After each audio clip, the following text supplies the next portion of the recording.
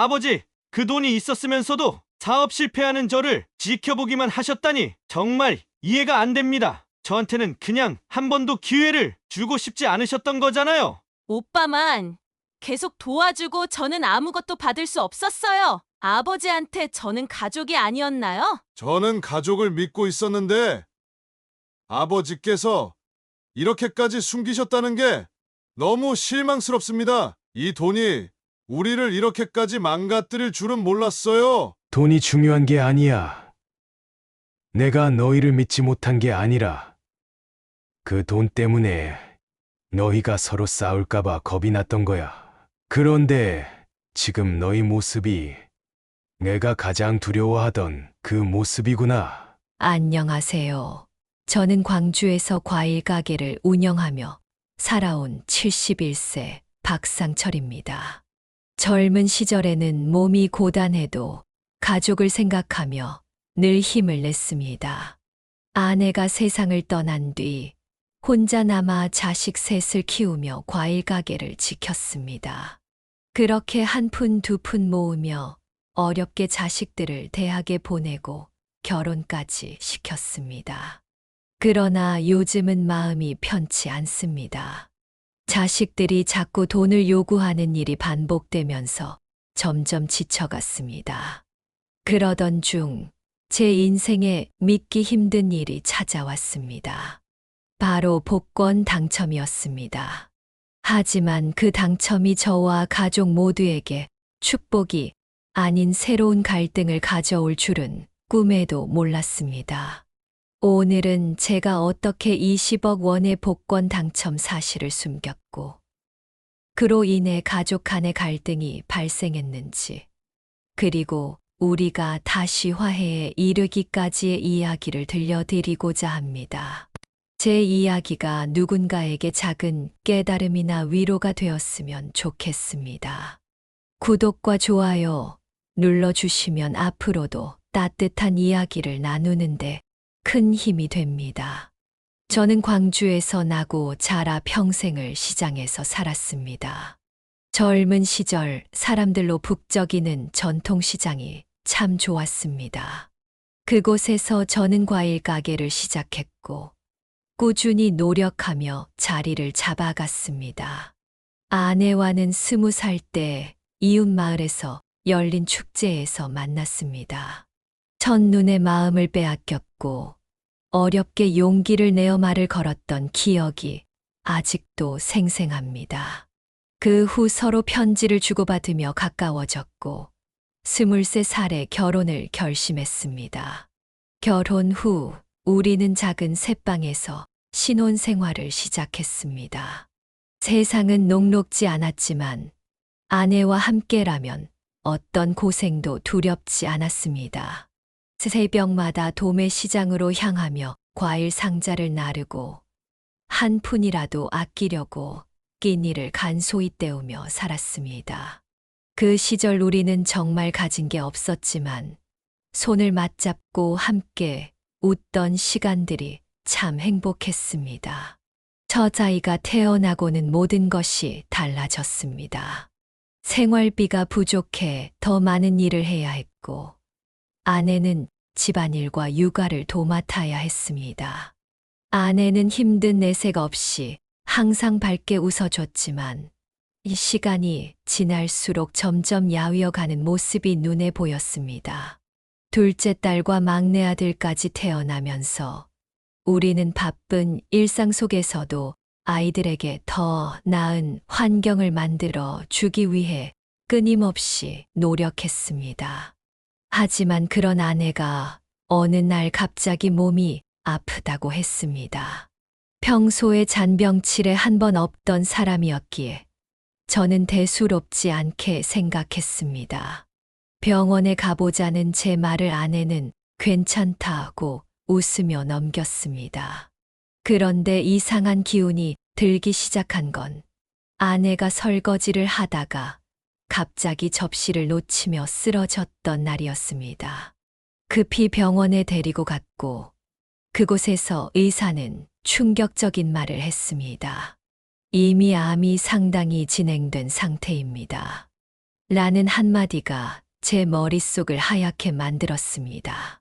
아내는 그동안 제게 말하지 못했던 고통을 혼자서 견뎌왔던 겁니다.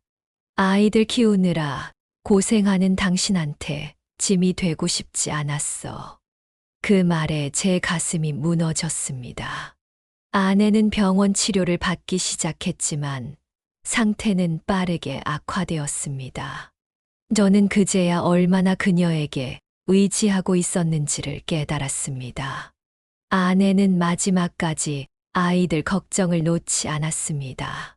침대에 누워 저를 보며 이렇게 말했습니다. 아이들이 우리처럼 고생하지 않게 해줘요.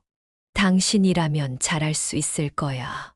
그날 밤 아내는 조용히 제 손을 잡은 채 세상을 떠났습니다. 그날의 충격은 지금도 잊을 수 없습니다. 슬퍼할 새도 없이 저는 아이들을 위해 정신을 차려야 했습니다. 큰아들은 그때 중학생이었고 둘째 딸은 초등학생, 막내 아들은 겨우 3살이었습니다. 아이들 앞에서는 울지 않았지만 혼자 밤마다 아내가 떠난 빈자리를 떠올리며 눈물을 훔치곤 했습니다. 아내가 세상을 떠난 뒤 모든 것이 달라졌습니다. 혼자가 된 저는 가장으로서 무너질 틈도 없이 아이들을 위해 살아야 했습니다. 아직 어린 새 아이를 두고 좌절할 수 없었으니까요. 큰아들은 중학생이었지만 철이 빨리 들었는지 항상 제 곁에서 동생들을 챙기며 묵묵히 도와줬습니다. 둘째 딸은 눈치가 빠르고 마음씨가 고와 항상 동생을 돌보는데 앞장섰습니다. 막내 아들은 그저 아이답게 해맑게 웃으며 저의 유일한 위로가 되어 주었습니다. 새벽에 도매 시장에 다녀와 과일을 정리할 때면 늘 큰아들이 나와 도와주곤 했습니다. 때로는 아빠, 제가 대신 할 테니까 좀 쉬세요라고 말하며 제 일을 맡으려 하던 아이였습니다. 그 모습이 안쓰러우면서도 고마웠습니다. 큰아들이 고등학교에 진학한 뒤에도 새벽마다 저를 따라 나서던 일이 생각납니다. 저희가 아빠를 돕는 게 당연하죠. 가족이니까요 라고 말하던 큰아들 덕분에 제 어깨는 조금이나마 가벼워졌습니다. 둘째 딸은 공부를 참 잘했습니다. 아내가 세상을 떠난 뒤 딸아이는 자주 제게 손편지를 남기곤 했습니다. 아빠, 제가 열심히 공부해서 아빠를 기쁘게 해드릴게요. 라는 편지를 읽으며 마음이 뭉클했습니다. 제가 가게 일로 바빠 자주 챙겨주지 못했지만 딸아이는 늘 스스로 알아서 모든 걸 해결하는 아이였습니다. 한 번은 학교에서 우등생으로 상을 받았을 때 집에 돌아와 제게 이렇게 말했습니다. 아빠, 이건 아빠가 주신 노력 덕분이에요. 딸아이의 환한 미소를 보며 저는 비로소 제 노력이 헛되지 않았음을 느꼈습니다. 막내 아들은 아직 어렸기에 제가 집에 없으면 늘 동생들을 따라다니며 애교를 부리곤 했습니다. 막내가 처음 학교에 가던 날, 작은 손으로 제 손을 꼭 잡으며 이렇게 말했습니다. 아빠가 힘내서 일하면 나도 공부 열심히 할게요. 그 한마디가 얼마나 큰 힘이 되었는지 모릅니다. 아이들이 모두 잠든 밤, 가끔씩 혼자 앉아 그들의 모습과 아내의 빈자리를 떠올리며 눈물을 삼켰습니다. 하지만 아이들 덕분에 다시 일어나야겠다는 다짐을 하곤 했습니다. 아이들을 위해 밤낮 없이 가게를 운영하며 고생한 시간이 많았지만 그 속에서도 보람을 느낄 때가 많았습니다. 큰아들이 대학에 합격했을 때는 마치 제 인생에서 가장 큰 성취를 이룬 기분이었습니다. 큰아들은 저를 끌어안으며 말했습니다. 아빠 덕분이에요. 아빠가 저희를 위해 희생하신 걸 잊지 않을게요. 그 순간 저는 세상을 다 얻은 기분이 들었습니다. 둘째 딸이 대학을 다니며 장학금을 받았을 때도 마찬가지였습니다. 딸아이는 종종 알바비로 작은 선물을 사 오곤 했습니다. 한 번은 제가 신발이 닳아다해져도 새로 사지 않고 버티는 걸 보고는 몰래 새 운동화를 사서 주었습니다. 아빠, 저희는 언제나 아빠가 최고예요. 조금만 우리도 더 잘되게 기다려주세요. 딸아이의 진심 어린 말에 얼마나 감동했는지 모릅니다. 막내 아들이 유치원 졸업식에서 우리 아빠는 최고입니다라고 말하며 상장을 들고 온 날도 잊을 수 없습니다. 막내는 항상 제 곁에서 힘들게 일하는 저를 보며 나도 나중에 아빠처럼 멋진 사람이 될래요라고 말해 줬습니다. 그 말에 제 마음은 항상 따뜻했습니다. 아이들을 키우는 동안 많은 고난과 외로움이 있었지만 그 속에서도 이런 순간들이 저를 버티게 해줬습니다. 아이들의 성장과 성취는 저에게 인생의 보람이었고 제가 살아가야 할 이유였습니다. 아내가 하늘에서 이 모습을 보고 있다면 아이들이 잘 자라준 것을 얼마나 자랑스러워할까 생각하며 오늘도 힘을 냅니다.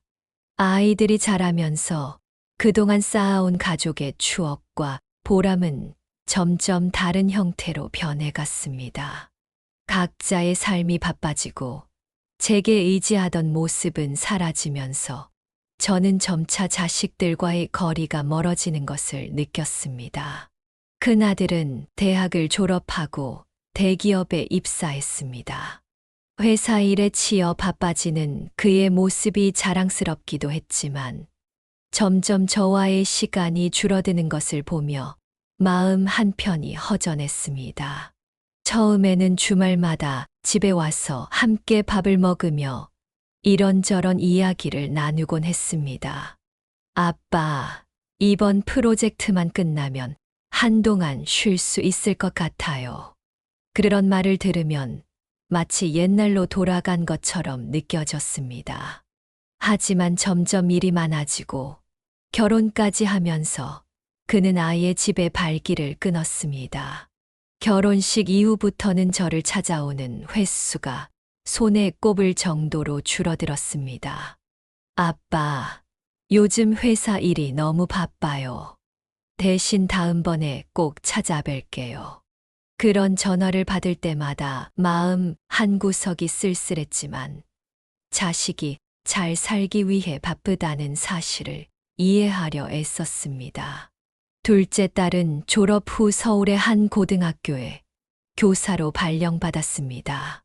그녀는 늘 저에게 자주 연락을 하겠다며 약속했지만 시간이 지날수록 그 약속은 점점 잊혀져 갔습니다. 딸아이는 학교 일과 학생들 문제로 늘 바빴습니다.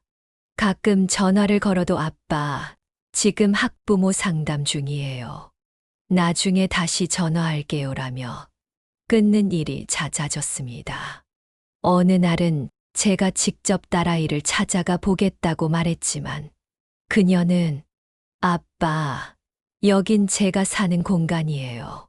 너무 바쁘니까 나중에 시간이 나면 광주로 내려갈게요라며 정중하게 거절했습니다. 그 말을 듣고 저는 한동안 망설이다가 결국 집에 머무르기로 했습니다.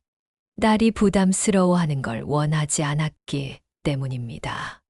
막내 아들은 자식들 중에서도 저와 가장 가까웠던 아이였습니다. 어릴 적부터 애교가 많았고 저를 항상 우리 아빠 최고라고 부르며 따르던 녀석이었죠. 그러나 막내 아들은 대학 졸업 후 외국으로 유학을 떠났습니다. 처음 몇 년은 이메일과 영상통화로 꾸준히 연락했지만 점점 바쁜 생활 속에서 그마저도 줄어들었습니다. 아빠, 요즘 회사 프로젝트 때문에 정신이 없어서 연락을 못 드렸어요. 이해해 주세요. 그의 말이 이해되지 않는 것은 아니었지만 예전처럼 마음을 열고 얘기할 시간이 사라진 것은 참으로 아쉬웠습니다. 한 번은 제가 몸이 좋지 않아 전화를 했는데 그는 바쁘다는 말만 남긴 채 급히 통화를 끝냈습니다. 아빠, 나중에 다시 전화할게요. 지금은 미안해요. 그날 이후로 저는 막내 아들에게 전화하는 것도 망설여지기 시작했습니다. 그렇게 시간이 흐르면서 자식들은 모두 저와 점점 멀어졌습니다. 처음에는 제가 연락을 끊임없이 시도했지만 어느 순간부터는 그들에게 부담을 줄까봐 연락하는 횟수를 줄이게 되었습니다. 가끔 명절이나 특별한 날에만 함께 모였지만 그것도 점점 형식적인 만남으로 느껴졌습니다. 큰아들은 회사 이야기만 늘어놓고 둘째 딸은 핸드폰을 보며 바쁜 척했고 막내 아들은 외국으로 돌아가야 한다며 자리를 급히 떠나곤 했습니다. 그날 밤 아이들이 떠난 텅 빈 집에 혼자 앉아 있으니 아내가 그리웠습니다. 당신이 여기 있었다면 이런 고독도 절반은 덜했을 텐데 속으로 혼잣말을 하며 잠들지 못하는 날들이 많아졌습니다. 그러다 몸이 점점 안 좋아졌습니다. 허리 디스크로 인해 과일 가게 일을 오래 하지 못했고 병원에 입원할 때조차 자식들에게 도움을 요청하는 것이 미안했습니다. 전화를 해도 다들 바쁘다며 병문안을 오지 않았고 병원에서 홀로 지내는 시간이 길어졌습니다. 그 와중에 간호사나 물리치료사들이 가족처럼 친절히 대해 주었지만 저는 가족의 빈자리를 채울 수 없었습니다. 그러던 어느 날 제가 늘 사는 복권 판매점에서 20억 원에 당첨되는 기적 같은 일이 벌어졌습니다. 잠시나마 세상이 제 편인 것처럼 느껴졌습니다. 하지만 이 복권 당첨이 제 인생의 행복보다는 큰 갈등을 불러올 거란 걸 그땐 미처 몰랐습니다. 복권에 당첨된 건 믿을 수 없는 일이었습니다. 평소처럼 도매 시장에 갔다가 오는 길에 습관처럼 복권 한 장을 샀습니다. 늘 하던 대로 서랍 속에 넣어두고 잊어버린 줄 알았는데 며칠 뒤 신문에서 당첨 번호를 보고 혹시나 싶어 확인해 봤습니다. 결과는 놀라웠습니다. 1등에 당첨된 겁니다. 20억 원이라는 큰 돈이 제 손에 들어온 것이었죠. 하지만 기쁨도 잠시 그 돈이 가져다 줄 문제들이 떠올랐습니다. 자식들이 이 사실을 알게 된다면 어떻게 될까? 이미 아이들은 금전적인 문제로 저를 자주 찾곤 했습니다. 큰아들은 몇 해 전부터 사업 실패로 어려움을 겪고 있었습니다. 그는 늘 전화를 걸어 돈이 필요하다고 말했습니다. 아버지, 이번에는 꼭 성공할 자신이 있어요. 도와주세요. 몇 번이고 도움을 줬지만 결과는 항상 실패였습니다. 그는 다시 요구했지만 그때마다 저는 점점 더 지쳐갔습니다. 둘째 딸은 서울에서 교사로 안정적인 직장을 다니고 있었지만 돈 문제에서는 예민했습니다. 가끔은 아버지가 큰오빠만 돕는 것 같아요. 저도 제가 필요한 게 많다고요라며 서운함을 드러내기도 했습니다. 그녀의 말 속에는 자신도 정당한 몫을 받아야 한다는 생각이 엿보였습니다. 막내 아들은 해외에서 일하면서 점점 저와의 연락이 줄어들었습니다. 그는 돈을 요구하지는 않았지만 자신의 경력을 쌓기 위해 더 많은 지원이 필요하다고 넌지시 말한 적이 있었습니다. 아빠, 제가 이번 프로젝트를 더 잘하려면 조금만 도움을 받을 수 있을까요? 그의 목소리는 항상 부드러웠지만 그 속에서도 경제적인 지원을 기대하는 마음이 느껴졌습니다. 복권 당첨 사실이 자식들에게 알려지면 이런 문제들이 더 커질까 두려웠습니다. 그래서 저는 아무에게도 이 사실을 말하지 않고 복권을 은행 금고에 보관한 채 조용히 살아가기로 했습니다. 하지만 시간이 흐르며 제 몸 상태가 점점 나빠졌습니다. 결국 허리 디스크가 악화되어 병원에 입원하게 되었고 자식들에게 연락을 했습니다. 처음에는 다들 걱정하는 듯 했지만 점차 연락이 뜸해지기 시작했습니다. 아버지, 요즘 너무 바빠요. 나중에 시간 될 때 찾아뵐게요. 학교 일 때문에 서울을 벗어나기가 어렵네요. 저 해외 출장 준비 중이에요. 나중에 꼭 뵐게요. 그들의 말이 전부 핑계로 들리지는 않았지만 한편으로는 쓸쓸한 마음을 지울 수 없었습니다. 그나마 병원의 물리치료사가 저를 따뜻하게 대해줬습니다. 그는 제게 아버님, 가족들과 잘 얘기해 보세요. 모든 문제가 대화로 풀리기도 하니까요라며 위로했습니다. 하지만 복권 당첨 사실까지 털어놓을 용기가 나지 않았습니다. 그러던 중 사건은 우연히 벌어졌습니다. 막내 아들이 해외에서 귀국했을 때 은행 서류를 정리하다가 복권 관련 문서를 보게 된 겁니다. 그는 믿기 힘든 표정으로 제게 물었습니다. 아버지, 이게 뭐예요? 왜 이런 큰일을 숨기셨던 거예요? 저는 망설이다가 모든 사실을 털어놓았습니다. 그는 처음엔 조용히 듣더니 점점 화를 내며 말했습니다. 가족을 못 믿으신 거예요? 이런 일은 당연히 우리와 상의했어야죠. 그날 밤 큰아들과 둘째 딸도 이 사실을 알게 되었고 갈등이 본격적으로 시작됐습니다. 큰아들은 복권 당첨금을 두고 가장 먼저 목소리를 높였습니다. 아버지, 그 돈을 가족을 위해 써야 하는 거 아닙니까? 저 같은 사람에게 정말 필요한 돈이에요. 둘째 딸도 가세했습니다. 저도 제 몫이 있어야 한다고 생각해요. 아버지가 오빠만 편드는 건 불공평해요. 막내 아들은 처음에는 말을 아끼더니 결국 자리를 박차고 나갔습니다. 이런 식이면 저도 아버지와 더 얘기하고 싶지 않아요. 이후 자식들은 서로 연락을 끊고 각자 불만만 쌓아갔습니다.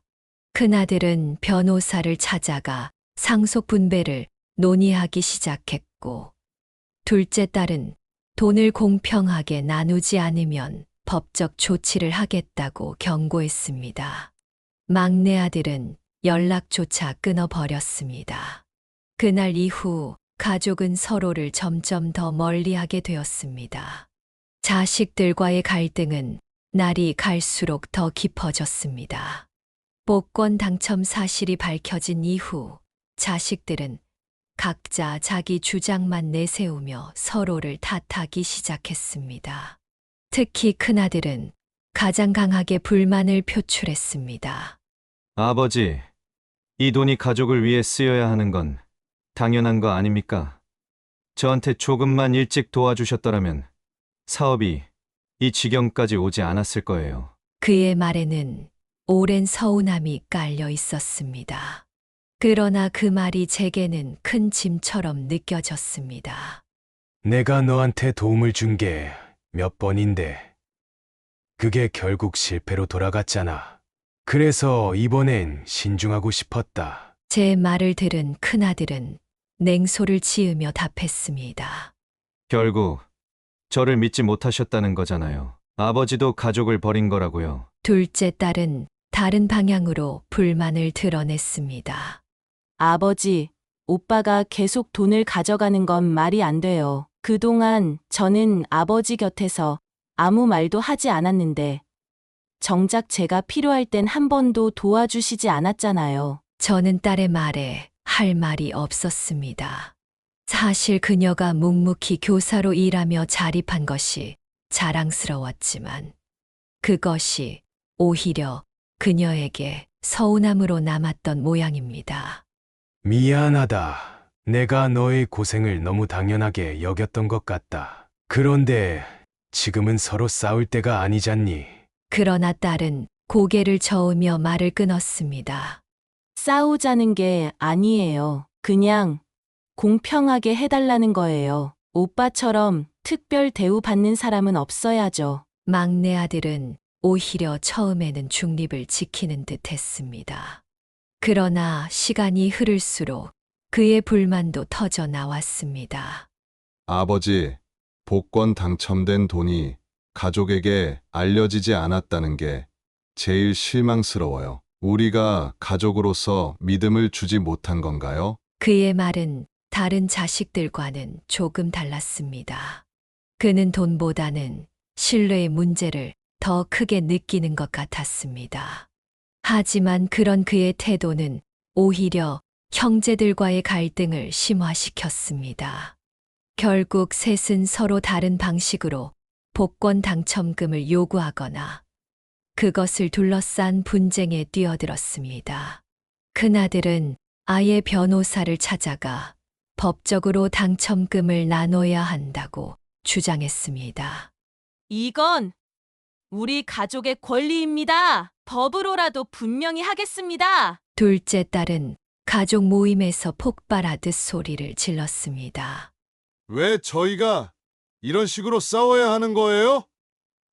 이 돈이 우리를 망치고 있어요. 막내 아들은 처음에는 그 싸움에서 빠져 있더니 결국 형제들과 대립하게 됐습니다. 그는 형과 누나가 지나치게 욕심을 낸다며 반발했습니다. 이런 식이면 나도 내 몫을 받을 수밖에 없어요. 공평하지 않은 걸 원하지 않습니다. 결정적인 사건은 가족 모임 중 벌어졌습니다. 큰아들이 막내 아들을 향해 말했습니다. 넌 해외에서 살면서 가족에게 얼마나 신경 썼다고 여기 와서 몫을 요구하냐? 막내 아들은 참지 못하고 자리에서 벌떡 일어나 소리쳤습니다. 그동안 제가 연락을 많이 못한 건 맞지만 그렇다고 제가 가족이 아닌 건 아니잖아요. 오히려 형이 가족 돈을 다 가져간 게 문제죠. 둘째 딸도 끼어들어 형과 동생을 동시에 비난했습니다. 둘 다 똑같아요. 결국 돈 때문에 싸우는 거잖아요. 그날 셋은 서로 얼굴조차 보기 싫어하며 각자의 길로 흩어졌습니다. 저는 그 자리에 홀로 남아 한참 동안 멍하니 앉아 있었습니다. 이 모든 일이 제 탓인 것만 같아 마음이 무거웠습니다. 복권 당첨이 우리 가족을 행복으로 이끌 줄 알았는데 오히려 갈등과 오해만 낳았습니다. 그날 밤 집으로 돌아온 저는 자식들에게 연락할 용기가 나지 않았습니다. 며칠 뒤 병원에 갔을 때 물리치료사가 제 표정이 좋지 않다는 걸 눈치채고 조심스럽게 물었습니다. 아버님, 요즘 뭔가 많이 힘드신 것 같아요. 가족들과 무슨 일이 있으신 건가요? 저는 그에게 모든 상황을 털어놓았습니다. 그는 제 말을 듣고 이렇게 조언했습니다. 아버님, 이대로 두시면 더 힘들어지실 거예요. 자녀분들과 한번 솔직히 대화해 보세요. 아버님의 진심을 전하시면 상황이 달라질 수도 있습니다. 그의 말을 듣고 저는 결심했습니다. 자식들을 한자리에 다시 모아 이 문제를 해결해 보기로 한 겁니다. 하지만 그것이 쉽지 않을 거라는 것도 알고 있었습니다. 자식들을 한자리에 모은 날, 집안은 침묵 속에서 차가운 긴장감이 감돌았습니다. 큰아들은 말없이 팔짱을 끼고 있었고, 둘째 딸은 핸드폰을 만지작거렸습니다. 막내 아들은 형제들을 번갈아 보며 자리를 채운 듯한 표정이었습니다. 저는 한참을 망설이다가 천천히 말을 꺼냈습니다. 오늘 너희를 모은 건 아빠가 잘못한 것들에 대해 이야기하기 위해서다. 제 목소리가 떨렸지만 한 번은 얘기해야 할 일이었습니다. 복권 당첨 사실을 숨긴 건 아빠가 너희를 믿지 않아서가 아니다. 그 돈이 너희를 더 힘들게 만들까봐 두려웠기 때문이다. 큰아들이 비꼬듯 물었습니다. 그럼 아버지가 돈을 숨기신 게 옳았다는 말씀인가요? 저는 고개를 숙이며 대답했습니다. 그때는 그렇게 생각했다. 그런데 지금 와서 보니 아빠의 선택이 결국 너희를 더 멀어지게 했다는 걸 깨달았다. 큰아들은 말없이 고개를 돌렸지만 그의 표정에는 약간의 부드러움이 스쳤습니다. 둘째 딸이 그제야 조용히 입을 열었습니다. 솔직히 처음에는 화가 많이 났어요. 아버지가 오빠만 도와주고 저를 신경 쓰지 않는 것 같았거든요. 그녀의 말에 저는 답했습니다. 너희 모두를 사랑한다는 말이 너희에게는 제대로 전달되지 않았던 것 같다. 그게 아빠의 가장 큰 실수였다. 그 말을 들은 딸은 고개를 끄덕이며 힘없이 웃었습니다. 그 말만이라도 듣고 싶었어요, 아빠. 막내 아들도 차분히 말을 꺼냈습니다. 저도 복권 당첨 얘기를 들었을 때는 실망했어요. 아버지가 우리를 못 믿으셨구나 싶어서요. 그런데 요즘 생각해 보니까 그보다 더 큰 문제는 우리가 서로에게 벽을 쌓고 있다는 거였던 것 같아요. 막내 아들의 말에 큰아들이 한숨을 쉬며 대꾸했습니다. 맞아. 우리 모두 돈에만 눈이 멀어서 서로를 너무 몰아세웠던 것 같다. 그날의 대화는 단번에 해결을 가져오지는 못했습니다. 하지만 그 뒤로 자식들은 하나둘 제게 연락을 더 자주 하기 시작했습니다. 큰아들은 먼저 사과를 했습니다. 아버지, 제가 너무 욕심을 부렸던 것 같아요. 사업 실패를 너무 아프게 겪다 보니 복권 당첨이 저를 구원해 줄 거라고 착각했어요. 둘째 딸은 두 형제와 따로 만나 이야기를 나누며 조금씩 관계를 회복했습니다. 우리 모두가 상처를 받았던 것 같아요. 이제라도 풀어가면 되잖아요. 막내 아들은 외국에서 짧게나마 귀국하며 형제들과 시간을 보내며 이렇게 말했습니다.